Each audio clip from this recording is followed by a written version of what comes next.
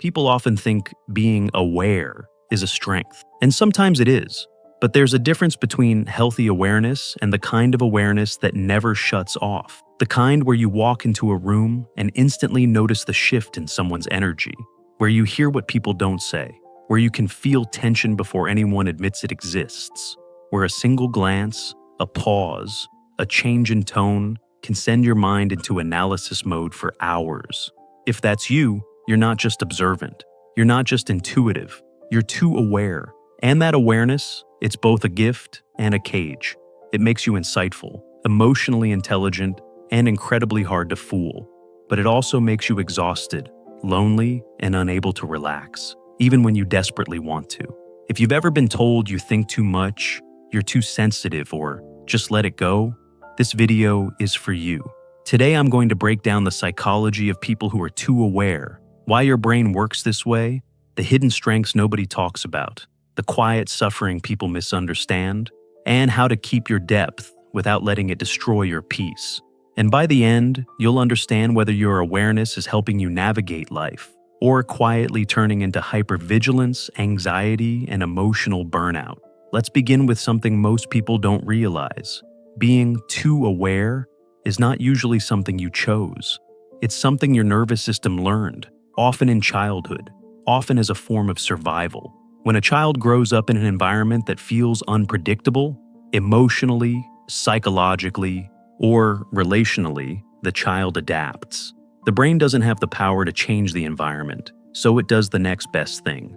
It learns to predict it. The child becomes a student of patterns. They learn to read moods before words are spoken. They notice micro signals, the way a door closes, the way someone says fine, the heaviness of silence, the shift in energy when someone walks into the room. This doesn't happen because the child is naturally analytical. It happens because the child is trying to survive without getting hurt.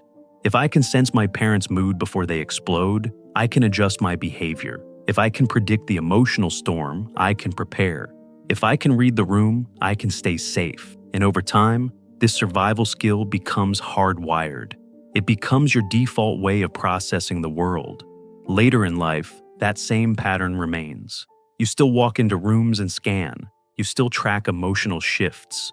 You still notice what other people casually ignore. But now, the danger isn't there anymore. The person you're with isn't your unpredictable parent. The situation isn't a threat, but your nervous system doesn't know that.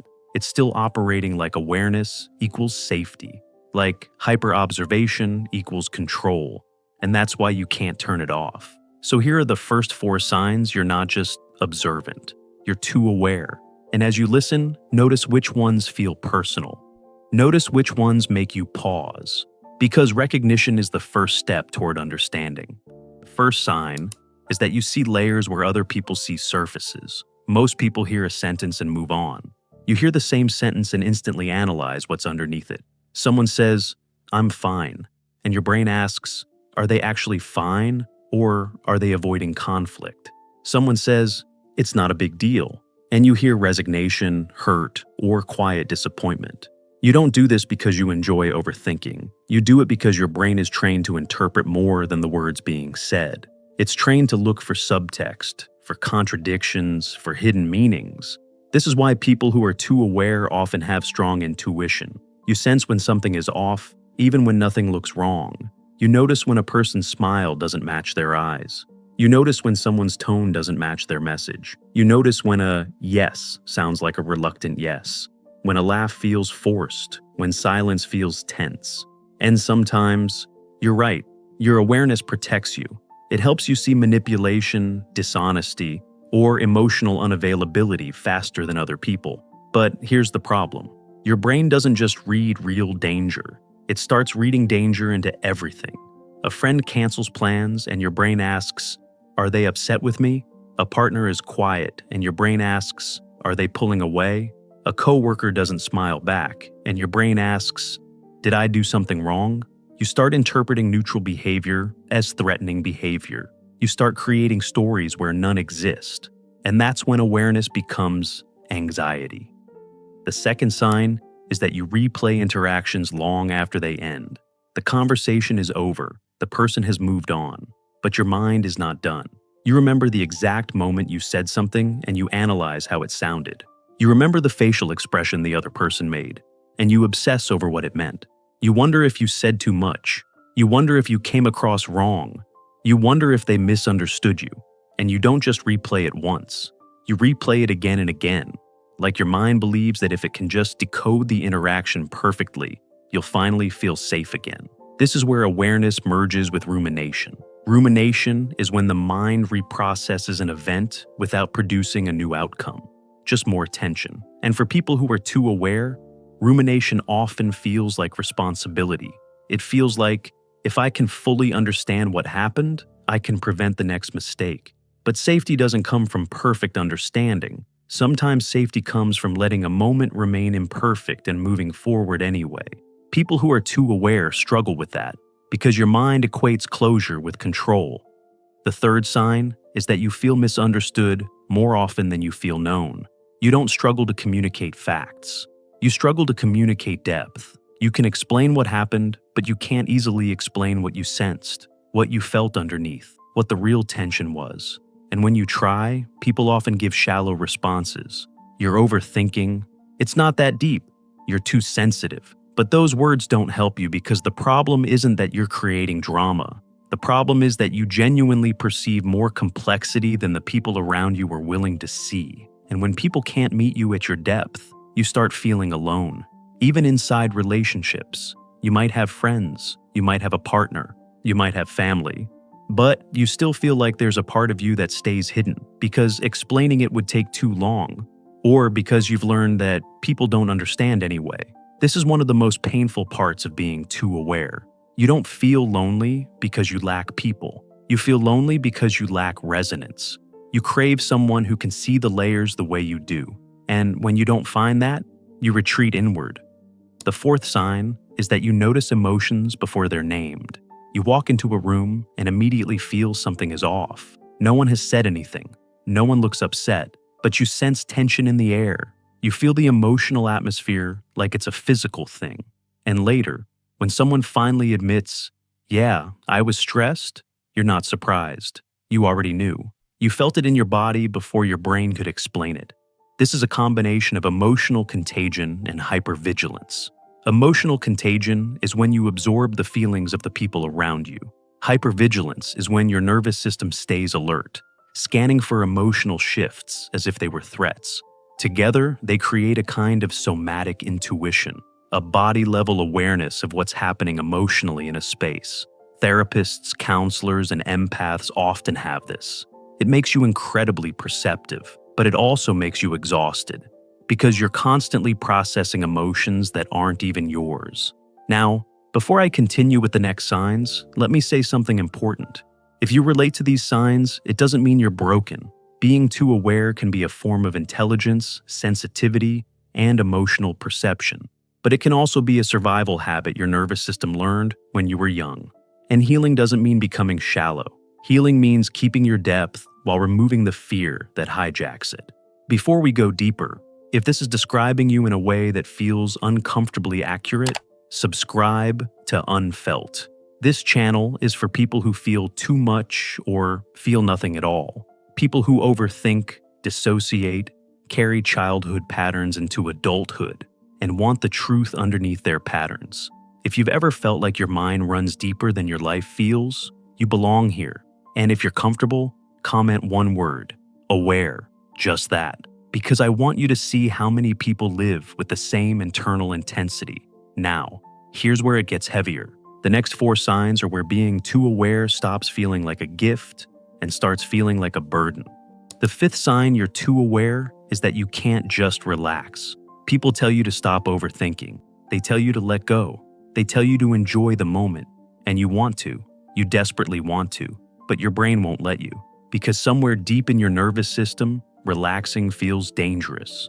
Your mind has learned that awareness equals safety, that vigilance equals control. And if you stop watching, stop analyzing, stop predicting, something might go wrong. So even when you're on vacation, your brain is replaying a work conversation. Even when you're sitting with your partner, part of you is scanning their mood, checking for signs of distance or disappointment. Even when everything is objectively fine, Your nervous system stays activated because fine doesn't feel safe to a system that was trained to expect the unexpected. This isn't laziness. This isn't a personality flaw. This is a nervous system that never learned how to rest because rest once meant vulnerability, and vulnerability once meant pain.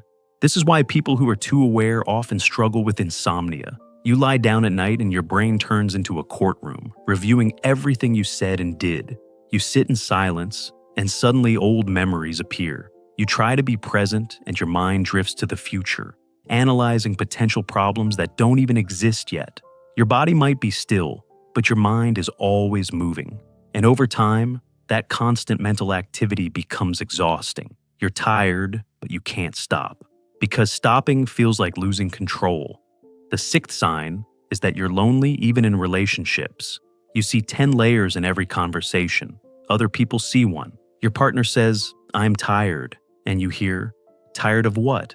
"Tired of me," pulling away, losing interest. You notice the slight shift in their tone. You notice they didn't smile the way they usually do. You notice the pause before they answered. And now your brain is building a narrative. Meanwhile, they genuinely just meant they're physically tired. But you can't take words at face value because your brain was trained to look for the meaning underneath. This creates a painful dynamic. You crave depth, but you exhaust people with your intensity. You want someone who can match your level of emotional awareness, but most people aren't wired that way. They don't see the layers. They don't feel the subtext. And when you try to explain what you're sensing, they think you're overanalyzing. So you stop sharing. You stop trying to be fully seen. And even though you're in a relationship, you feel alone. Because the part of you that sees everything, that feels everything, that processes everything, that part stays hidden. And loneliness isn't about being physically alone. It's about being emotionally unseen. Now, I want to give you something practical. Because insight without action is just another way to stay stuck in your head. Here are 3 steps to calm the hyper-aware mind without losing your depth. Step 1. Label the loop. The moment you notice you're replaying the same thought, analyzing the same interaction, scanning for the same threat, name it. Say out loud or in your mind, "This is hypervigilance," not "This is who I am," not "This is my intuition." Hypervigilance is a behavior, not an identity. And the label matters because it creates distance. It tells your brain, we're doing the survival pattern again. And once you can see the loop, you can interrupt it. Your mind will resist. It will say, "No, this is important. We need to figure this out." But you don't have to solve it right now. You only have to notice it. Step 2, exit the mind and enter the body. People who are too aware live in their heads, but the head cannot prove safety. Safety is a body experience. If your nervous system is activated, logical thinking won't calm it. You have to show your body that you are safe now. And that can be simple. Put both feet flat on the floor. Feel the weight of your body in the chair. Drop your shoulders. Unclench your jaw. Take one slow breath where the exhale is longer than the inhale. Look around the room and name 5 objects you can see. This sounds small, but it's powerful because it pulls your attention from the past and future into the present. Rumination lives in time. Grounding lives in now. And the more you practice returning to now, the less your brain needs to protect you with endless analysis. Step 3, replace why with what now. People who are too aware get stuck because they want perfect understanding before they take action. You want to decode the entire psychology of the situation before you move. But healing doesn't wait for perfect clarity. Healing asks a different question. Not, "Why am I like this?" but "What do I need right now?" Not, "Why did they do that?" but "What boundary do I need?" Not, "Why do I feel this way?" but "What does this feeling need from me?"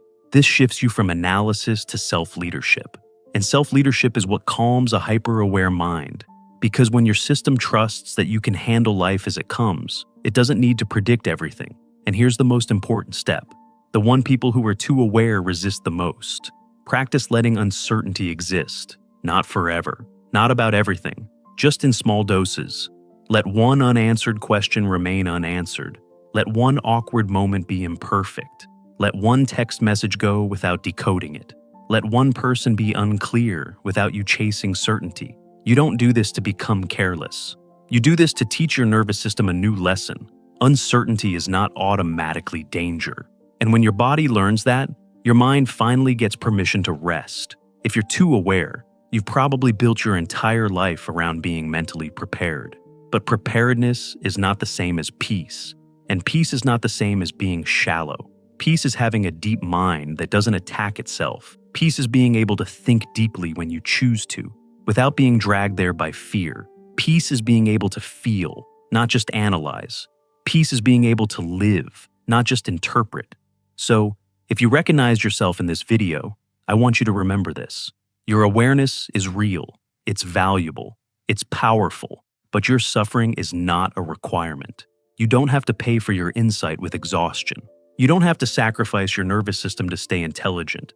You can keep your depth and still be free. Comment below which sign hit you the hardest, just the number. And if you want more videos like this, videos that explain the hidden patterns behind your mind, subscribe to Unfelt. This channel is for people who feel too much or feel nothing at all. You're not broken. You're not too much. You're someone with a mind that learned to survive by seeing everything. And now, your next chapter is learning how to hold that awareness without drowning in it. I'll see you in the next video.